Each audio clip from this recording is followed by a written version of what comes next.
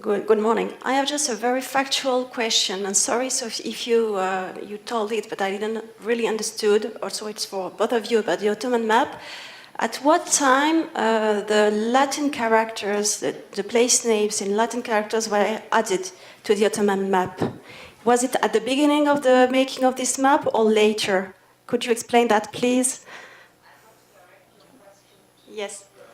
To Professor Tselikas, who can say more about that, because all I saw is a picture, so I could only say it's being looted, and that's all I know. Yes, same do you know? The same, okay, so it will be for later. Thank you.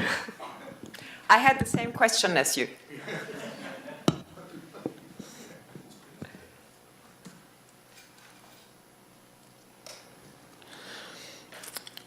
Yes.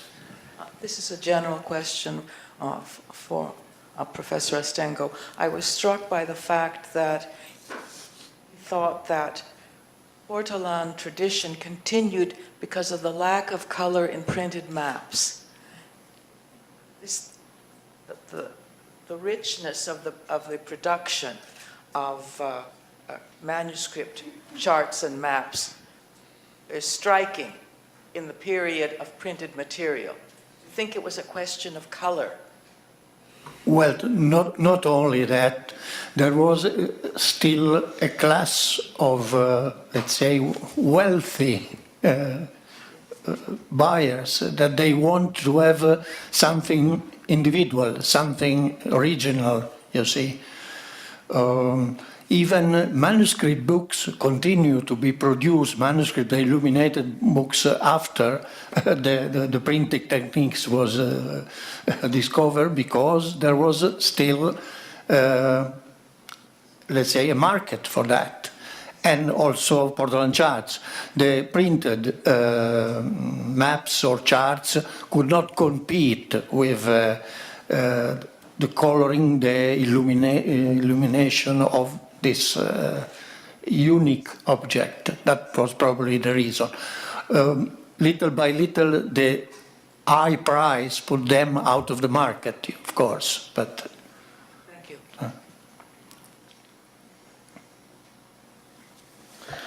Yes.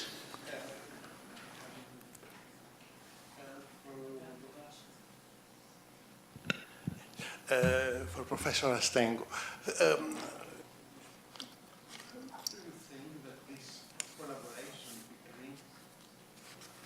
do you think that the collaboration between Cavallini and Sanchez have taken place?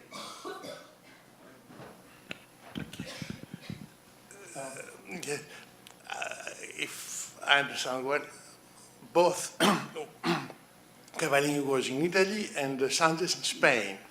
And about, it's really a question for me concerning maybe the adoption of new methods of work. How did they manage the... We don't know the details of this operation, and in fact there is the doubt that they could have been put together much later, the two parts of the Atlas. But Sanchez had already done the same operation with Giovanni Oliva in 1633, so maybe it was a real operation of that time. Maybe they were just Sanchez bought the charts of the Mediterranean from a Mediterranean chart maker.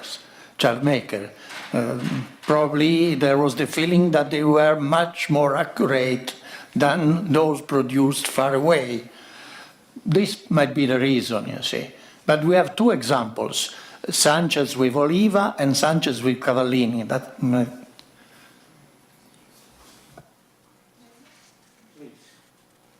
I have a question about Cavallini. I have not been too familiar with that, I must confess. But I was struck by the town views, three town views on the depiction of Anatolia. And this is very, very rare. We usually have And then, watching the other parts of the map, I didn't see, many of the town views. Is there an explanation to that? I mean, can there be any connection with Venetian-Ottoman relations or background of Cavallini or purposes? Really, I can't explain it. I couldn't find any reasonable explanation for that, you see. But it's very interesting, yes. because Yes. I haven't come across to, I'm trying to think of all those that I have been Yes. working on or I've seen, but that was very surprising. Yes. Thank you for the remark, yes.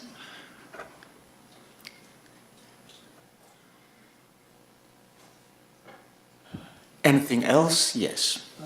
May I ask something to my colleagues about, because I'm always concerned about the orientation of the chart.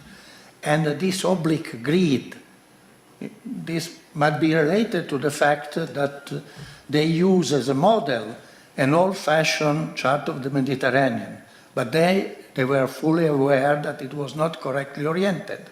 So this additional grid is used also to orient it correctly. And also the tiny windrows doesn't point directly up, but is a little bit, let's say, 4.5 degrees to northwest.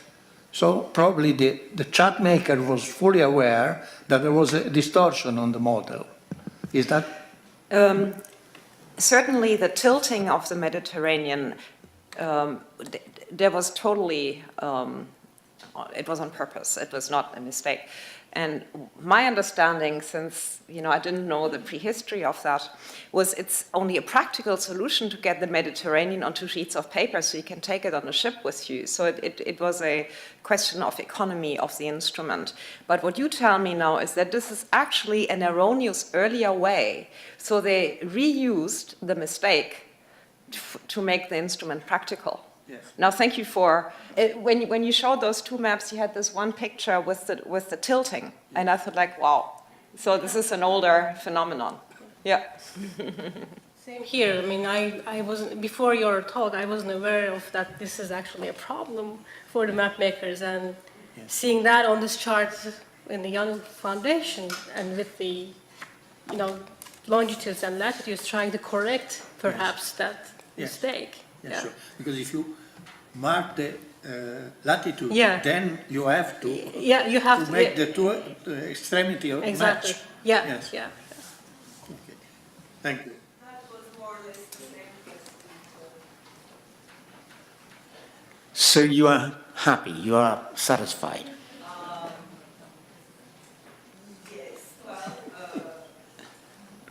No, I was going to ask the speakers to comment on this idiosyncrasy, and I can see that there's, with the little that we know, that it presents questions, and perhaps more discussions also needed. The suggestion is then that the actual coastlines, etc., that we've got on the map are correct. And the skewing of the lines like this is the instrument for achieving that correctness. Is that right? Yeah. Wow. The map's just rotated, but it's totally correct. Yeah. And in a way, the New York Portolan shows that because the longitudinal lines are correct. Just the latitude starts correct, but then goes at an angle with the sheet. So by having those parallelograms at each point of the map, you still get your longitude. Right. Anything else to be asked? I think the audience was very fascinated by the three presentations. They've been very instructive. Our scholars have evidently worked over long periods, been to many different collections, and I think we've learned a lot from this session. So thank you very much indeed.